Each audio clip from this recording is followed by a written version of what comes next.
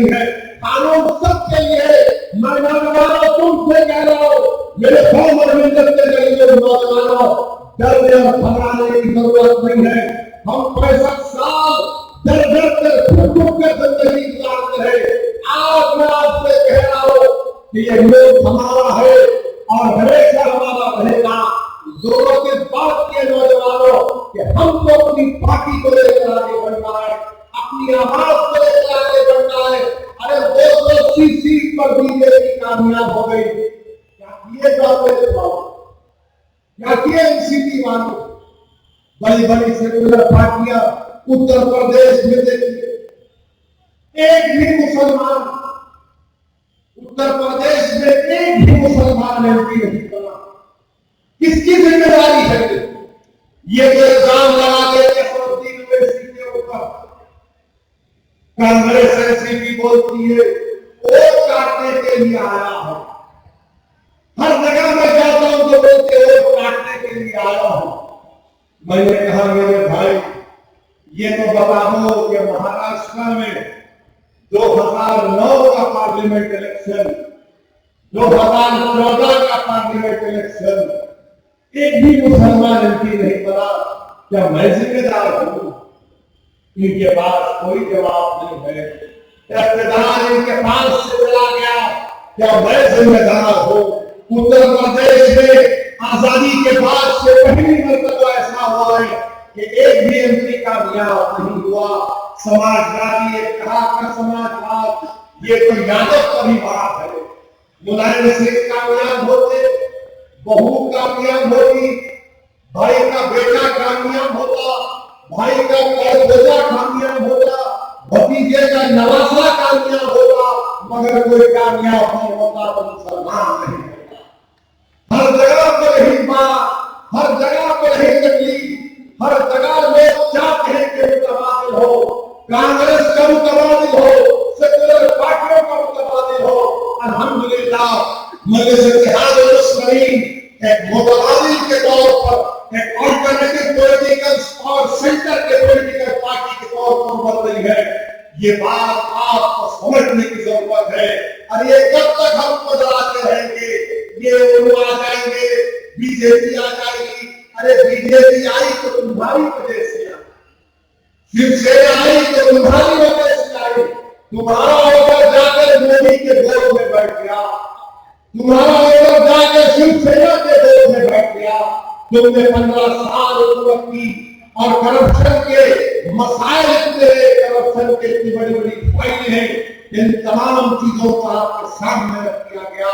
मेरे अजीज दोस्तों और बुजुर्गों, एक और अहमियत है, मजलिस को उम्मीदवारों को कामयाब करिए, अपने और का इस्तेमाल करिए।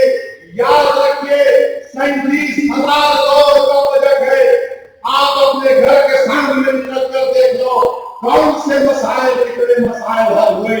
मैं आपसे वादा कर रहा हूं कि 30% आबादी को 7,770 करोड़ रुपये मिलने चाहिए डेवलपमेंट में, और मजलिस से काम करते रहेगी। ये हमेशा कहना कि हम वोट काटते, कहां वोट काटे, कहां तुम्हारा वोट काटे? असेंबली के इंतखाबात में वारिस पठान कामयाब हुए, और जो वारिस पठान कामयाब होकर महाराष्ट्र के असेंबली में गए तो वारिस पठान को पूरे 1 महीने के लिए असेंबली के सेशन में सस्पेंड किया गया। किसने सस्पेंड किया? सबसे पहले वारिस पठान के खिलाफ सस्पेंशन का मोशन किसी ने मूव किया तो कांग्रेस पार्टी ने किया। उसकी तारीफ करने वाले कौन कौन नहीं थे?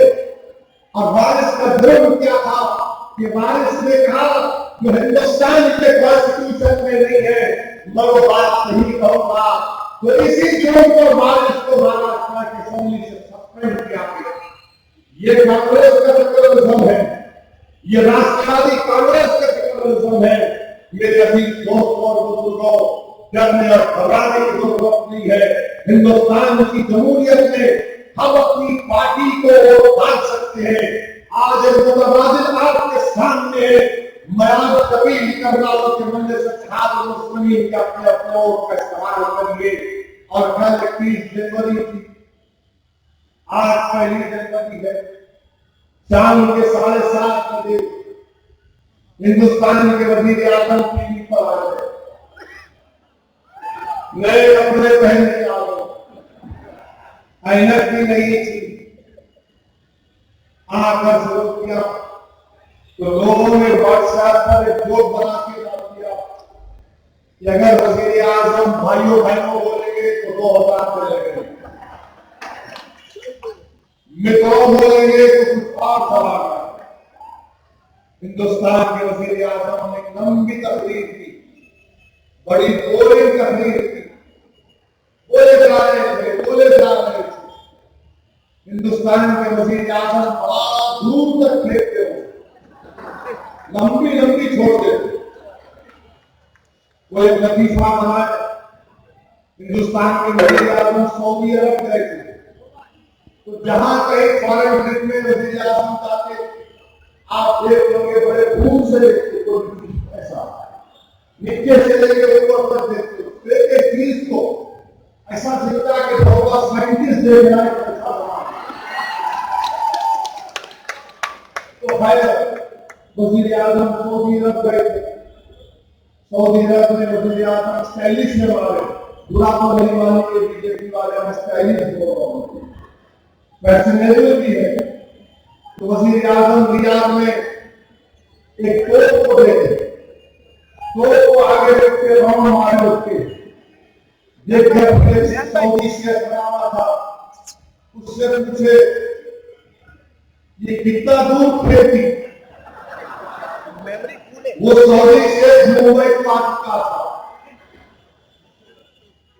वो दिल्ली दरबार में बड़े का गोश्त खा के गया था। तो देखने वाला प्राइम मिनिस्टर देखा, वल्लाही तुमसे कम थे।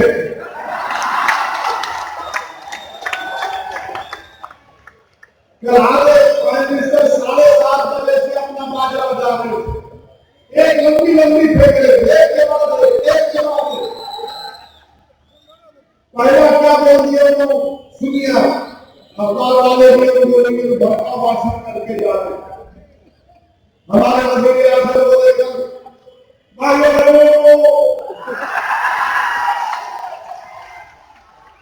जो प्रेग्नेंट औरत है उसको 6,000 रुपये देंगे। मैंने टीवी पे देखा था, लखनऊ एयरपोर्ट पे था, लखनऊ एयरपोर्ट से हैदराबाद जा रहा था बम्बई आने के लिए। मैं बोला ये 6,000 कहीं पड़ा में कहां पड़ा, तो दिमाग में शैतानियत तो है, क्या करेंगे लोगों की वजह से सोचते रहा शरीफ पढ़ा, ऐसा कुर्सी पर अल्लाह में काम।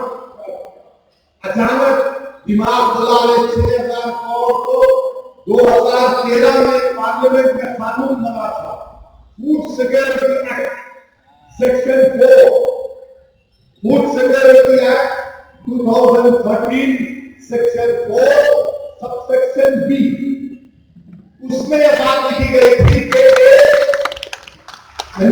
बात बोलेंगे इनकी मेमोरी उनके जैसी है, तो यूएसए लगा देंगे। मेरे लोगों को तकलीफ देने का है, जाएंगे नीचे जाएंगे तो हम बोलेंगे अपना इसकी भी मेमोरी तेज हो गई। तो उसमें क्या था, एक प्रेग्नेंट औरत को 6,000 करोड़ रुपए दे दी। 2013 का कानून है, हमारे मित्र बोले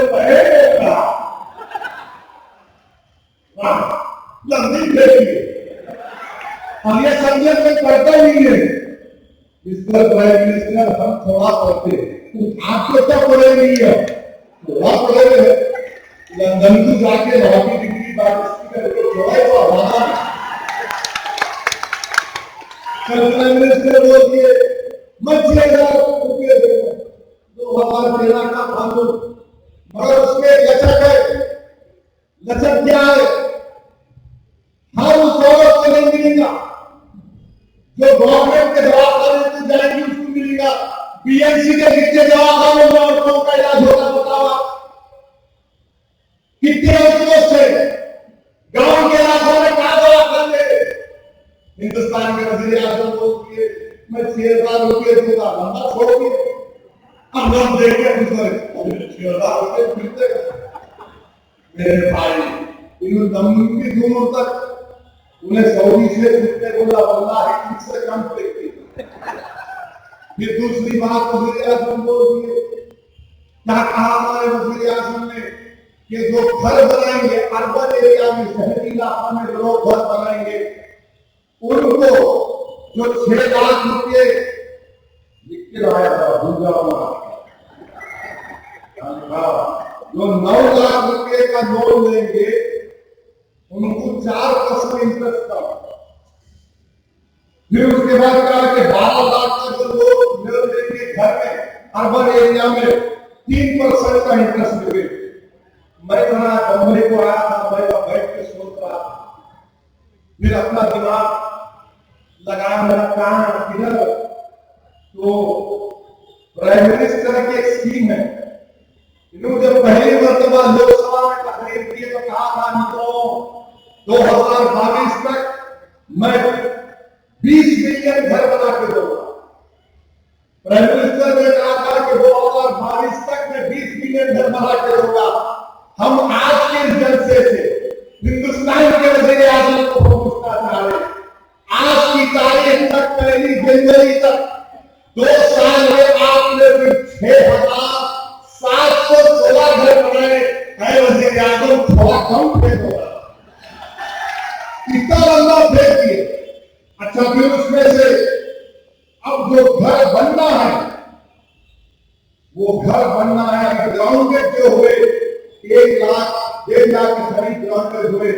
2022 तक 3 लाख भी नहीं बनते, मगर हमारे मिनिस्टर बोल दिए 9 लाख लो 4% इंटरेस्ट, 12 लाख लो 3% खत्म। वज़ीर आज़म ने रिकॉर्ड क्या है बताओ, ये रिकॉर्ड क्या है? गवर्नमेंट को जरूरत थी 18,804 करोड़ रुपए रिलीज करने की, अब तक 4,275 करोड़ रुपए रिलीज किए। प्राइम मिनिस्टर थोड़ा तो कम करो, थोड़ा तो कम करो, खुदा के लिए रहम करो, इतना तो मजदूर तक जाओ।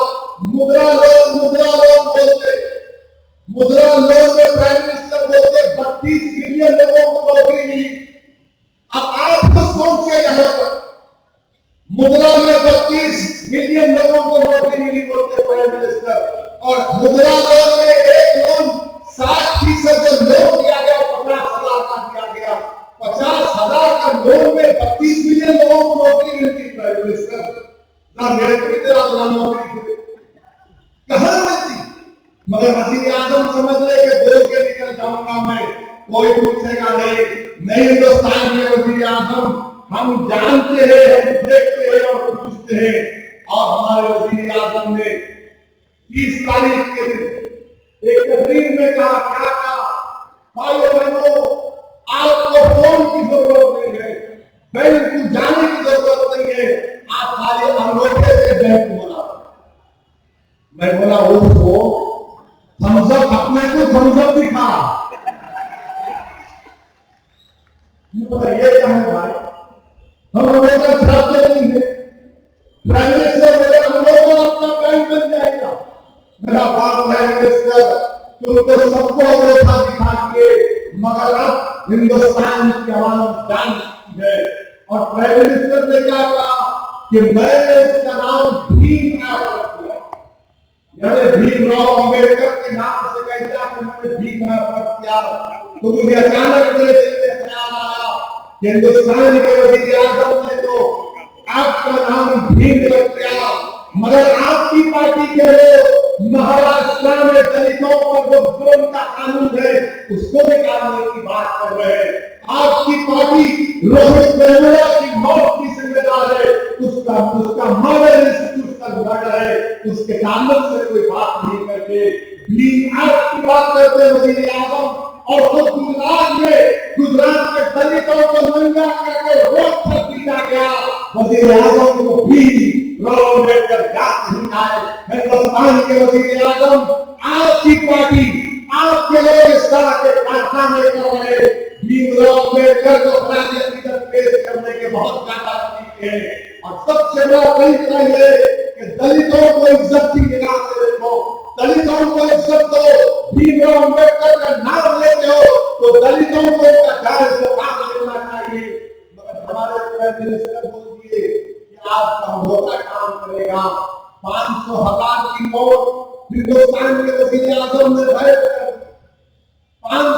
बाद तीनों गायब हो गए। 8 नवंबर को ऐलान करके जापान चले गए। जापान में जाकर हंसकर बोला 500 नोट गए।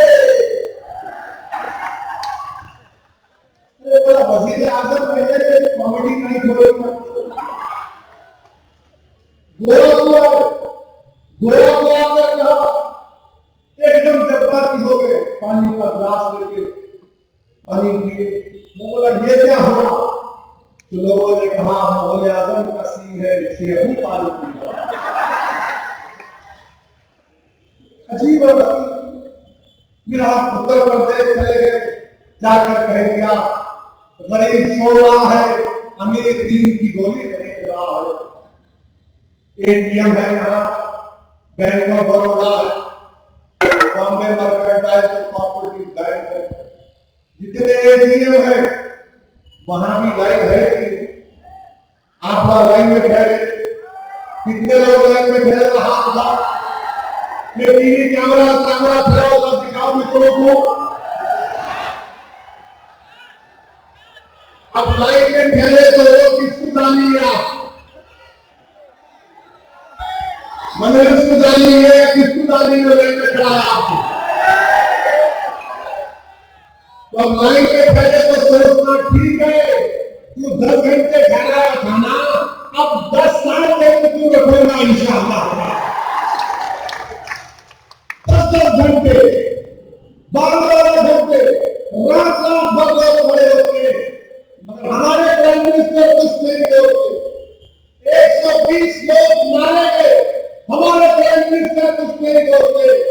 और हमारे प्राइम मिनिस्टर की ज़ईफ मां एक मरतबा बैंक को जाकर पैसे निकाली। हिंदुस्तान के वजीर आजम आपने अपनी मां को बैठ के बताया कोई बात नहीं, मगर हमको ये बता दो हमारी मां क्यों जाए बैंक पे? मेरा पैसा है, मैं क्यों जाकर लाइन में ठहरे? मगर प्राइम मिनिस्टर एक और बात बोलती लंबी बोलते हो, कोई नहीं बोलते।